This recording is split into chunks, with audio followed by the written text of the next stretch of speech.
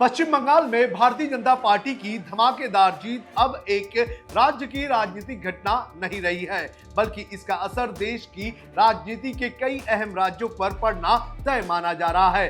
खासतौर पर महाराष्ट्र, जहां पर पहले ही गठबंधन की जटिल राजनीति, सत्ता संघर्ष और दल बदल का दौर जारी है, वहां इस जीत के बाद नई हलचल तेज हो सकती है।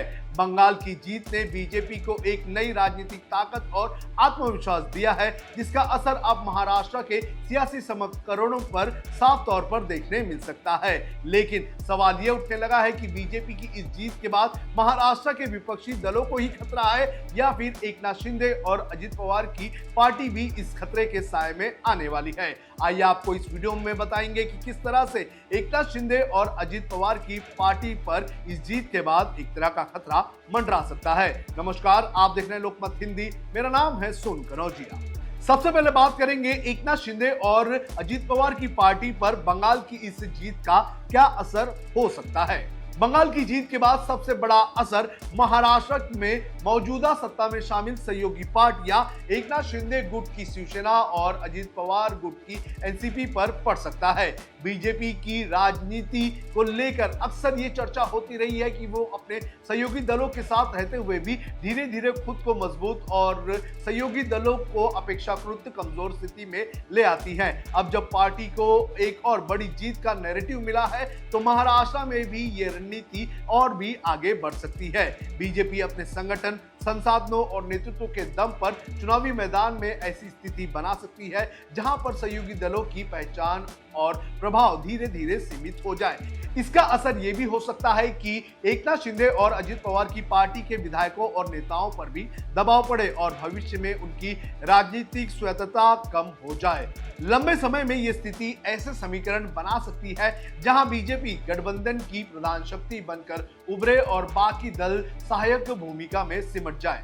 आपको बता दें कि पहले ही महाराष्ट्र में अगर देख लिया जाए तो एकनाथ शिंदे और देवेंद्र फडणवीस में जो ऊपर से सही दिखता है वो पूरी तरह से सही नहीं चल रहा है। उन दोनों ही पार्टियों के नेताओं के बीच हमेशा मतभेद जो है वो किसी ना किसी तरह से निकल कर आगे आते रहे हैं। एकनाथ शिंदे की पार्टी की तरफ से पहले भी ये आरोप लगाया जा चुका है कि एकनाथ शिंदे की पार्टी को कमजोर किया जा रहा है। तो ऐसे में बंगाल की जीत के बाद एकनाथ शिंदे पर खतरा हो सकता है, ऐसी भी आशंका जताना कोई गलत बात नहीं होगी। गठबंधन राजनीति में दबाव और शक्ति संतुलन का बदलाव। महाराष्ट्र में इस समय सत्ता पूरी तरह से गठबंधन पर टिकी हुई है, लेकिन बंगाल की जीत के बाद बीजेपी की स्थिति अपने सहयोगियों के मुकाबले और भी मजबूत हो गई है। एकनाथ शिंदे की शिवसेना और अजित पवार की एनसीपी के साथ रिश्तों में अब बीजेपी ज्यादा निर्णायक भूमिका में आ सकती है। अभी भी निर्णायक भूमिका में भी है, लेकिन और बढ़ जाएगी। सीट शेयरिंग, मंत्रालयों में बंटवारे और यहां तक कि मुख्यमंत्री पद को लेकर भी बीजेपी का रुख पहले से ज्यादा सख्त हो जाएगा। इसका मतलब ये है कि सहयोगी दलों पर दबाव बढ़ेगा और उन्हें बीजेपी के शर्तों के अनुसार काम करना होगा। दल बदल की राजनीति को मिल सकता है नया बल। महाराष्ट्र पहले ही दल बदल की राजनीति का बड़ा केंद्र है और बंगाल की जीत के बाद ये ट्रेंड और भी तेज हो सकता है। जब किसी पार्टी को लगातार सफलता मिलती है तो अन्य दल के नेता भी उस पार्टी की ओर आकर्षित हो जाते हैं। ऐसे में संभावना यह है कि कई नेता बीजेपी में शामिल होने का फैसला करें, जिससे राज्य के राजनीतिक समीकरण में काफी ज्यादा बदलाव देखने मिले। ये बदलाव सिर्फ विपक्षी दलों में नहीं बल्कि सत्ता में शामिल उनकी सहयोगी शिवसेना और अजित पवार में भी हो सकता है। अजित पवार की पार्टी और शिंदे की पार्टी दोनों के सामने सबसे बड़ी चुनौती होगी कि वो अपने जो विधायक हैं, अपने जो सांसद हैं, उन्हें अपने पास संभाल के रखें। विपक्षी दलों में अस्थिरता और नई रणनीति की मजबूरी। बीजेपी की इस जीत का सबसे बड़ा मनोवैज्ञानिक असर महाराष्ट्र के विपक्षी दलों पर पड़ सकता है। शिवसेना यूबीटी, कांग्रेस और शरद पवार गुट की एनसीपी पहले ही कई राजनीतिक चुनौतियों से जूझ रही है। ऐसे में बंगाल में बीजेपी की सफलता उनके लिए एक नई चेतावनी होगी। इन दलों को अपनी रणनीति पर फिर से काम करना होगा, चाहे वो मजबूत गठबंधन बनाना हो, नेतृत्व को स्पष्ट करना हो या जमीनी स्तर पर संगठन को मजबूत करना हो। ये भी संभावना है कि बीजेपी के खिलाफ एक और ज्यादा मजबूत महागठबंधन बनाने की कोशिश तेज हो जाए ताकि वोटों का बिखराव रोका जा सके। राष्ट्रीय बनाम क्षेत्रीय राजनीति का तेज होता नैरेटिव।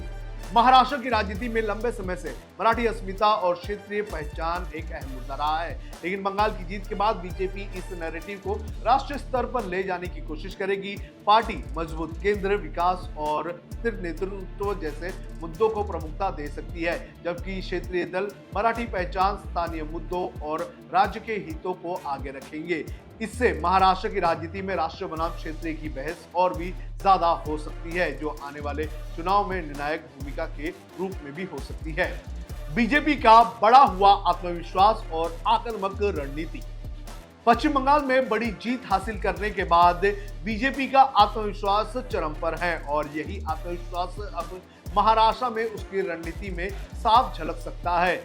पार्टी अब रक्षात्मक नहीं बल्कि पूरे आक्रामक मोड में आ सकती है। विपक्षी दलों, खासकर शिवसेना, यूबीटी, एनसीपी और कांग्रेस के साथ साथ अपने सहयोगी दलों के खिलाफ बीजेपी और भी तीखे और धारदार जो अभियान है वो चला सकती है। चुनावी रैलियों से लेकर सोशल मीडिया नैरेटिव, हर जगह विजयी पार्टी की छवि को बनाने की कोशिश होगी, जिससे मतदाताओं के बीच ये संदेश जाए कि बीजेपी ही एक मजबूत और स्थिर विकल्प है। तो इस तरह से महाराष्ट्र में बीजेपी जो है और भी आक्रामक हो सकती है, लेकिन बीजेपी की इस जीत का असर जितना जो विपक्षी दल है उस पर पड़ेगा, उतना ही खतरा एकनाथ शिंदे की शिवसेना और एनसीपी पर भी पड़ने की आशंका जताई जा रही है। आपको क्या लगता है कि क्या इन दोनों ही पार्टियों पर असर पड़ेगा? आप हमें कमेंट करके जरूर बताएं।